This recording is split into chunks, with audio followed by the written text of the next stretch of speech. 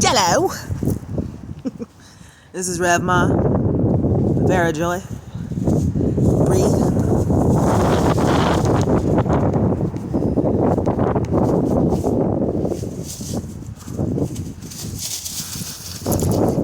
So, I wanted to share some of the stuff that I use to take care of myself. Inner tonic nourishment for on the go, busy, and so this is it's got some candle wax, yellow candle wax. So this is the big one right here.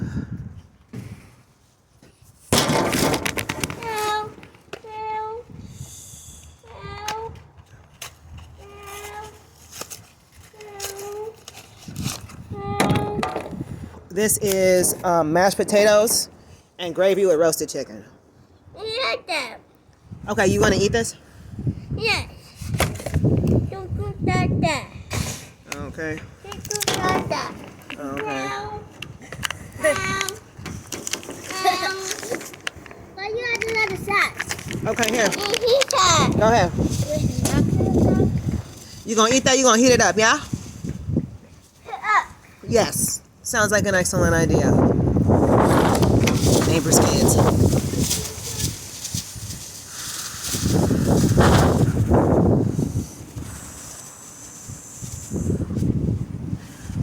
So this was really important because this is what I use to wean my kids off of breastfeeding. And it's amazing. And I'll let you go have fun with that. But what I wanted to just show was that I'm having some fun with different kinds. So I've never, the festive kind are only available usually for a certain period of time, and then they're not available anymore. But I found this the other day, so I was like, oh yeah, peppermint hot mocha, because I love acting like it's Christmas, hot mocha, snow, and Halloween's my favorite holiday. So I was like, yeah, pumpkin spice is still available. And so I had just got those. And so, it's this piece around this one, this company, I'm looking at what's in it.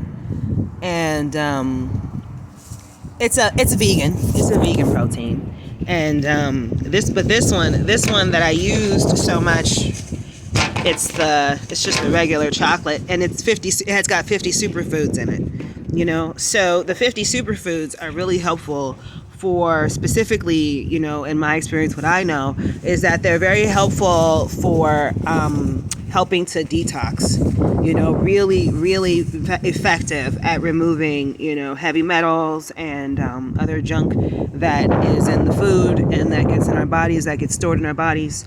And so this is a way, for me to just not have to be so obsessively mindful about everything I'm eating, but still get the nutrition I need and also get that tonic and that nourishment.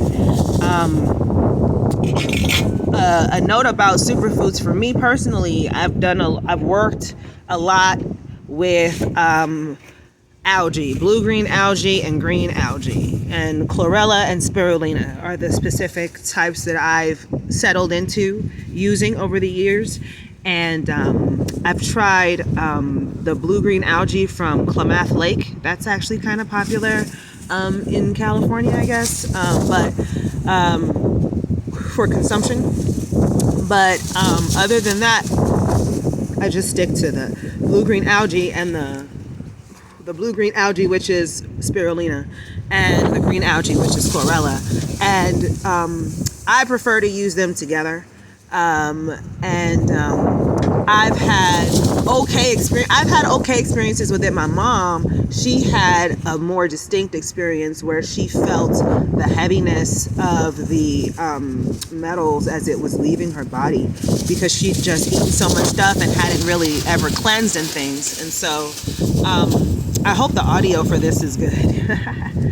And but for me, because I had been vegetarian for so long before I actually tried the spirulina and the chlorella, I didn't have any sense of like heaviness moving through me as I was receiving the detox from the algae.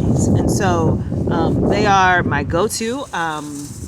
My daughter actually really likes just eating the tablets, spirulina and chlorella tablets, and they're just really a blessing for people who are thinking about radiation and thinking about radiation poisoning and thinking about things like iodine and things like that.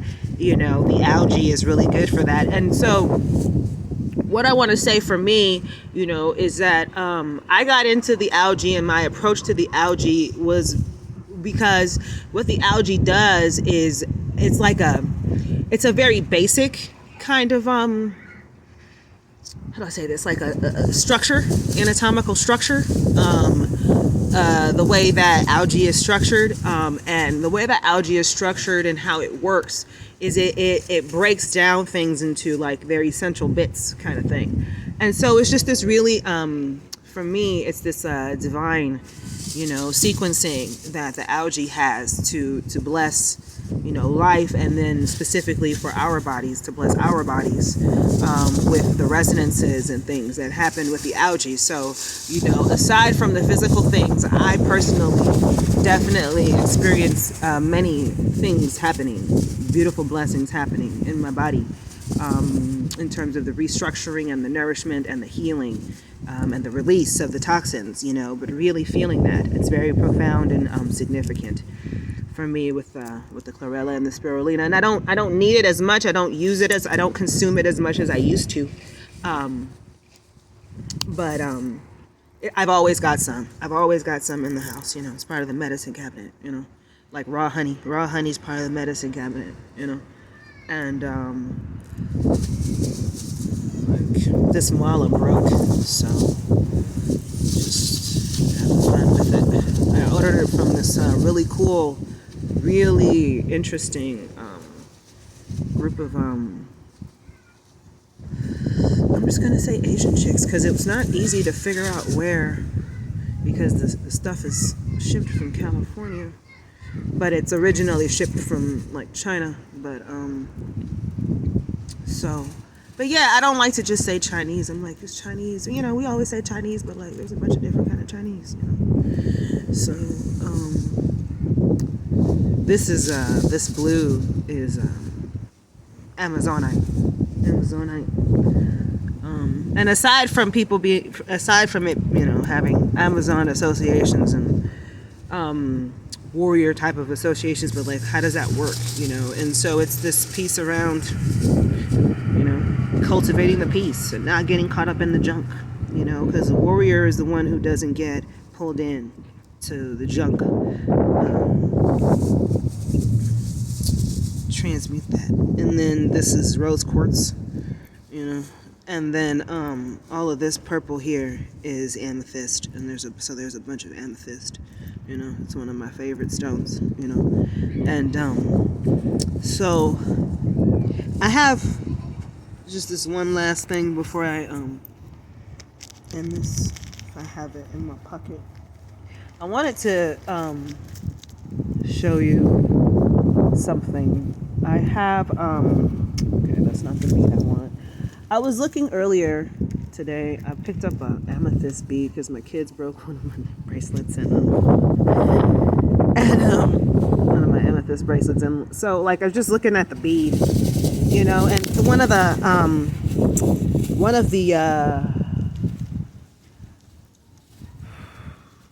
meditations that I was guided to with rocks was to hold the rock up and just look at it in the light and just do that. And so earlier today, the bead that I had picked up, I was just looking at it, and it was just this awesome experience, because it's just looking at the white part inside of the amethyst, which is the what gives it this special name. People call it chevron amethyst and other things like that. Yeah, like this one. Hold on, let me clean it off. I got a bunch of pieces of this Tibetan rope incense. It's a healing incense made by hand rolled by Tibetan monks and nuns, and there's a bunch of pieces of it in my pocket. Piece came apart, but like just being able to take the time to really look at all the bits, all of the stone, really taking it in, really sitting with that. And that's an easy meditation that you can carry with you wherever. If you have stones with you, you can always do this, and this is a really great way to zone out. Whenever you need to take a break from something, it's just to take a moment and just really look at them. Because it's a blessing, and it's a connection. It's the connection of sincerity between you and the stone, and then the stone can support your process. So thank you for listening and receiving, and may all of this serve you well. Namaste. Wait. Check it out.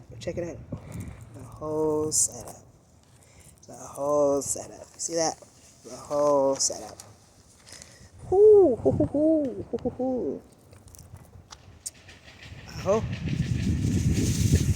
Jimmy Witch. Un meteo.